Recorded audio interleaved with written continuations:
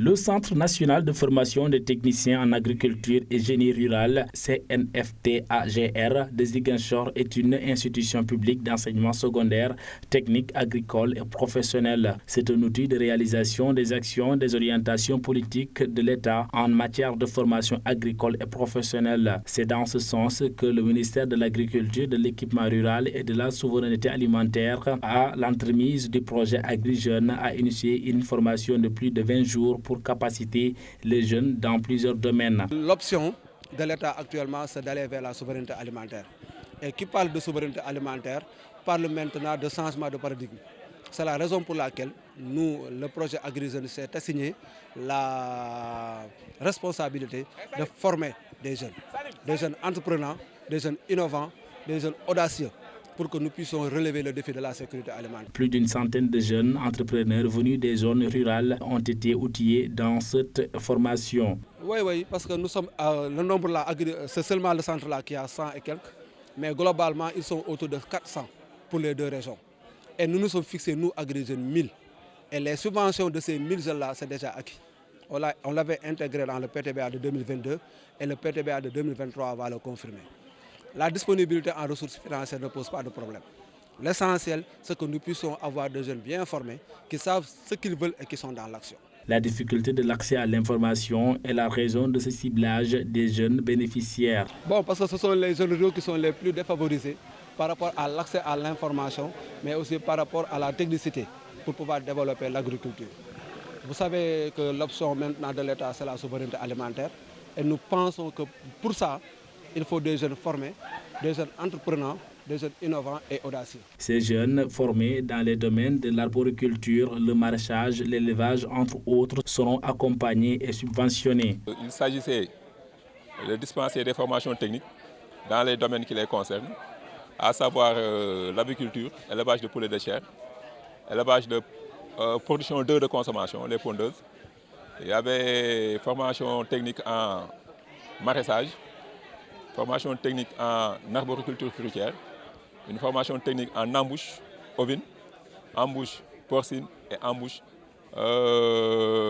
bovine. Voilà, ce sont les formations techniques qu'on a eu à faire. En plus des formations techniques, il y avait une formation en entrepreneuriat dispensée par l'ANPEJ. Il y avait aussi une formation en gestion environnementale. Ce ne sont pas des subventions qu'on va leur donner, mais le projet, de même que tous les partenaires de mise en œuvre du projet, les accompagnent dans ce groupe-là. Parce que ce qu'il faut savoir, c'est qu'au niveau du projet, on a deux cibles. Ce qu'on appelle les jeunes en formation insertion. Donc, sont des jeunes qui n'ont jamais exercé dans un métier lié à l'agriculture, mais qui ont le souhait, le désir de se lancer. Donc, ce sont des jeunes qu'on doit former et les initier. Mais pour la première cohorte, ou bien les cohortes qu'on a eu à former, il ne s'agit pas de ces jeunes, il s'agit de la deuxième cible qu'on appelle les agripreneurs. Donc ce sont des jeunes qui sont déjà dans le métier. Et donc il faut les accompagner seulement. Maintenant, en faisant quoi? En les formant dans les thématiques techniques et en entrepreneur, en gestion environnementale et en gestion financière. C'est pour les outiller, les permettre de mieux gérer l'exploitation. Maintenant, ils ont un plan d'affaires. Maintenant, ce plan d'affaires-là qui sera soumis à un comité de sélection. Une fois que ce plan est sélectionné, maintenant, il sera soumis au niveau des institutions de microfinance pour financement. Donc, le projet va les accompagner dans ce sens-là. Après ces 20 jours de formation au niveau du CNFTAGR, une cérémonie de remise d'attestation a été organisée au sein du centre.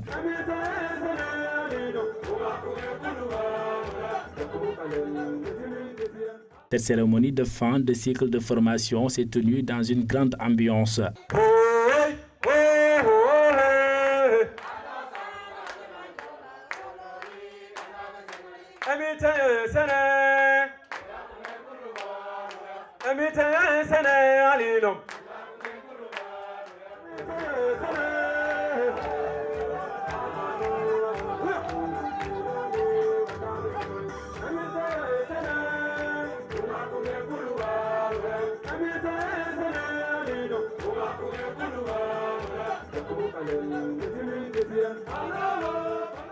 Cette convivialité et abnégation de ces jeunes ruraux rend optimistes les initiateurs et espèrent avoir des résultats meilleurs à l'issue de cette formation. La disponibilité en ressources financières ne pose pas de problème. L'essentiel, c'est que nous puissions avoir des jeunes bien formés, qui savent ce qu'ils veulent et qui sont dans l'action.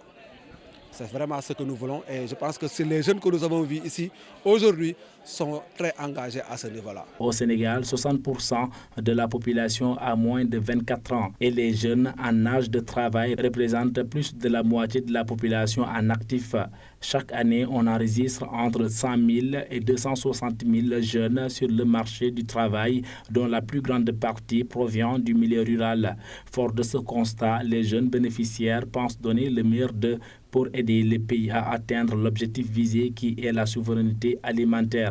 Je me réjouis de cette formation parce que ça a été une très bonne formation depuis que nous étions là. Notre séjour a été très riche en théorie et en pratique parce que nous avons été sur pas mal de fermes, tout simplement à pratiquer ce que nous avons eu à étudier dans ce centre.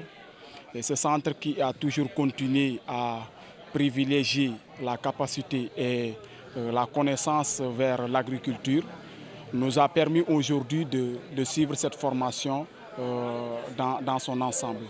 C'est pour cela que nous sommes là aujourd'hui, nous récupérons nos associations, tout simplement dans le souci de pouvoir aller mettre en pratique ce que nous avons eu à pratiquer, à étudier ici dans ce centre. Bien sûr, parce qu'on a beaucoup appris à travers nos brillants formateurs.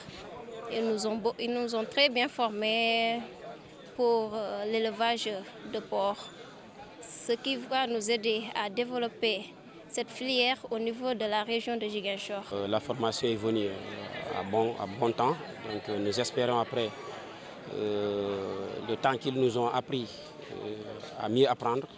Je pense qu'après, si Dieu le veut, on va essayer de tenter de relever ce défi dans la zone du site. Dans ce contexte, le projet AgriJeunes se positionne comme une initiative de transformation rurale ciblant les jeunes ruraux largement exclus des processus de création de la recherche, faute d'emplois productifs et innovants dans le secteur agro-silvopastoral et halieutique. Il intervient dans 8 régions: Fatick, Diourbel, Kaffrine, Kaolack, Louga, Sédhiou, Thiès et Ziguinchor, soit 38,2% du territoire national et 55% de la population, dont 60% de jeunes.